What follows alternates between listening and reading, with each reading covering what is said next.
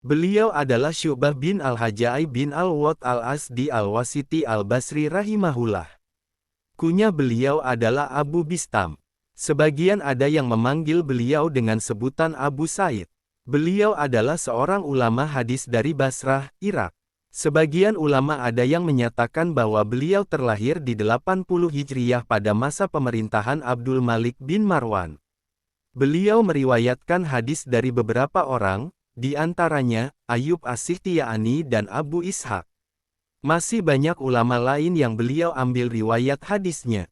Bahkan, Al-Imam Al-Mizi menyebutkan daftar guru-guru beliau itu dalam 7 halaman.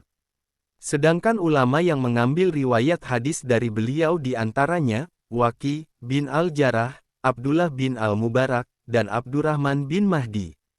Beliau tidak hanya dikenal sebagai ahlul hadis, namun juga ahli ibadah. Abu Qatan rahimahullah berkata, tidaklah aku melihat Syu'bah melakukan rukuk dalam salat sunnah, kecuali aku menyangka bahwa beliau telah lupa karena saking lamanya, dan tidaklah beliau duduk di antara dua sujud kecuali aku menyangka bahwa beliau telah lupa karena saking lamanya. Riwayat Abu Nuaim dalam Hilyatul Auliya. Abu Bakar Al-Bakrawi rahimahullah menyatakan, aku tidak pernah melihat seseorang yang lebih kuat beribadah dibandingkan Syu'bah. Beliau banyak beribadah kepada Allah hingga mengering kulit yang membungkus tulangnya. Hingga tidak ada daging pada kulitnya. Riwayat Abu Nuaim dalam Hilyatul Auliya. Abu Dawud At-Tayalisi rahimahullah menyatakan, kami pernah berada di sisi Syu'bah. Tiba-tiba datang Sulaiman bin Al-Mughirah menangis. Syu'bah bertanya, apa yang menyebabkan engkau menangis? Sulaiman berkata, wahai Abu Said, keledaiku mati. Telah lewat dariku waktu Jumat, dan telah pergi kebutuhan-kebutuhanku. Syu'bah berkata, engkau dulu membelinya seharga berapa? Sulaiman berkata, 3 dinar. Syu'bah berkata, aku punya 3 dinar.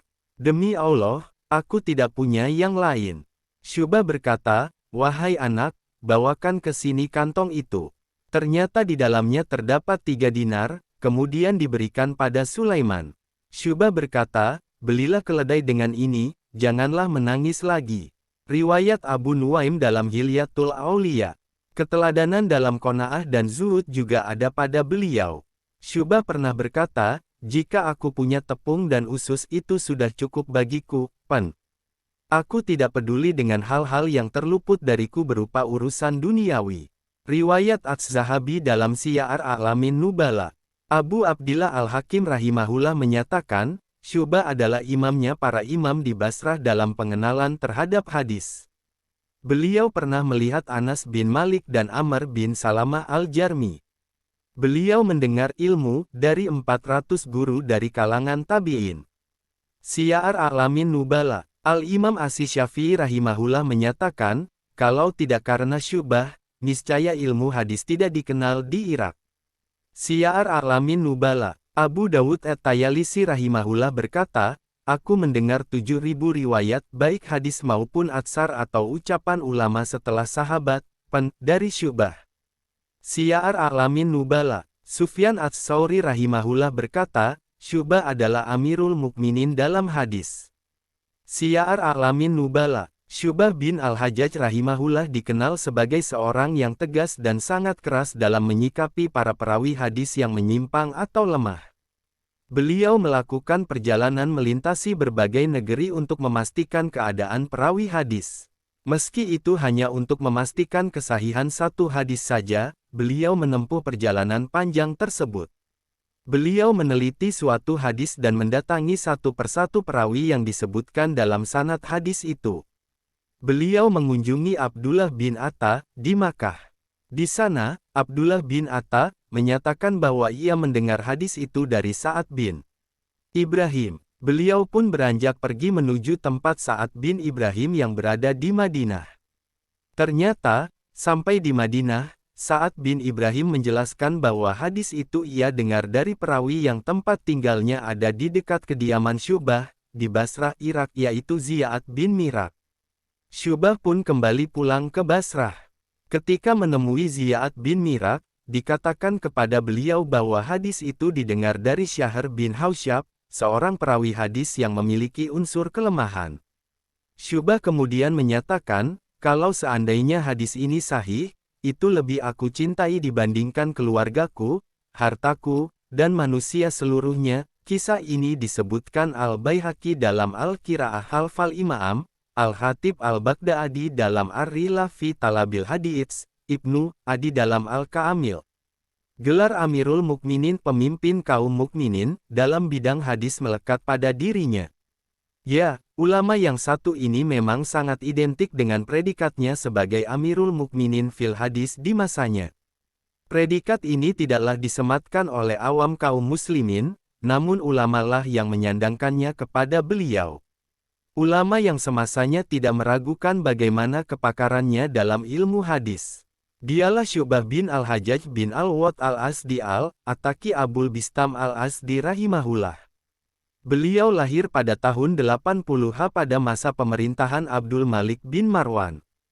Sejatinya beliau berasal dari Wasit, sebuah kota tua di Irak yang berada di antara Baghdad dan Basrah di sisi barat Sungai Tigris. Kemudian hijrah dan menetap di kota Basrah. Syu'bah mempunyai dua saudara laki-laki yang bernama Bashar dan Hamad. Namun keduanya bergelut di selain ilmu hadis dan tidak setenar Syu'bah. Perkembangan ILMIYAHNYA. Semenjak kecil Syu'bah telah menetap di Basrah dan bertemu sekian ulama di kota tersebut. Semangat yang tinggi untuk menuntut ilmu agama memang menjadi salah satu modalnya yang sangat berharga. Di samping itu Allah anugerahkan kepada beliau tingkat intelektual yang tinggi dan hafalan nan kokoh. Saat itu Basrah menjadi salah satu pusat pembelajaran ilmu agama dan hadis. Iklim ilmiah di kota itu memang sangat mendukung untuk belajar ilmu agama.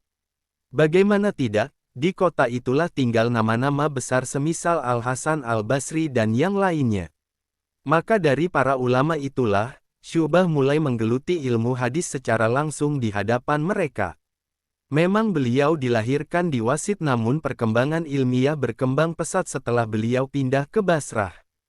Di antara gurunya adalah Anas bin Sirin, Sa'id bin Abi Sa'id Al-Makburi, Qatadah bin Di'amah, Amr bin Dinar, Yahya bin Abi Kasir, Ayub As-Sikhtiyani, Mansur Al-Mutamir, dan masih banyak yang lainnya. Satu referensi menyebutkan bahwa guru beliau mencapai 400 sekian ulama, dan ada 300 sekian guru yang beliau sebutkan namanya. Syu'bah bin Al-Hajjaj rahimahullah meninggal di tahun 160 Hijriyah. Perjuangannya dan pujian ulama. Kegigihan Syu'bah rahimahullah dalam menimba ilmu agama patut dicontoh para pencari ilmu agama. Lihat bagaimana beliau mengeluarkan segala potensi yang dimiliki. Harta dunia yang beliau miliki dikerahkan demi meraih ilmu agama. Memang beliau bukan dari kalangan orang berharta namun bagi beliau kesulitan ekonomi bukanlah penghalang belajar. Beliau pernah menjual bejana warisan ibunya seharga 7 dinar untuk biaya menuntut ilmu agama. Beliau pun rela menjual penyangga dan tiang rumahnya untuk kebutuhan belajar ilmu agama. Pengorbanan waktu dan tenaga pun tidak kurang-kurangnya beliau lakukan demi meraih ilmu agama. Pernah beliau tinggal di tempat Al-Hakam bin Al-Utaibah dan bermajelis dengannya selama 18 bulan.